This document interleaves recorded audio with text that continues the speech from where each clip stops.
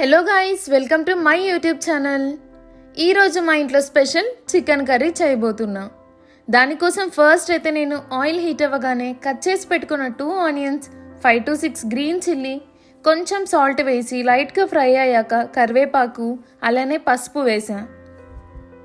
Onions brown colour రాగానే అల్లం వెల్లుల్లి కొత్తిమీర కలిపి పేస్ట్ చేసి పెట్టుకున్నా. ఆ పేస్ట్ని కూడా ఇందులో వేసేసి పచ్చి వాసన పోయేదాకా లో ఫ్లేమ్లో కుక్ అవ్వనివ్వాలి. తర్వాత క్లీన్ చేసి పెట్టుకున్న 1 kg చికెన్ని కూడా వేసి ఒకసారి కలిపి మూత పెట్టేసి ఒక 5 minutes కుక్ అయ్యాక కట్ చేసి పెట్టుకున్న 3 టొమాటోస్ అండ్ సాల్ట్ వేసి లో టు మీడియం ఫ్లేమ్లో పీసెస్ మెత్తపడేదాకా ఫ్రై అవ్వనివ్వాలి. సెపరేట్గా మనం వాటర్ వేయనవసరం లేదు, చికెన్లో నుండి వచ్చే వాటర్తోనే బాయిల్ అయిపోతుంది. పీసెస్ మెత్తపడ్డాక కారం, గరం మసాలా, చికెన్ మసాలా వేసి పచ్చివాసన పోయి ఆయిల్ పైకి తేలేదాకా లో ఫ్లేమ్లో కుక్ అవ్వనివ్వాలి. అంతే, చికెన్ కర్రీ రెడీ.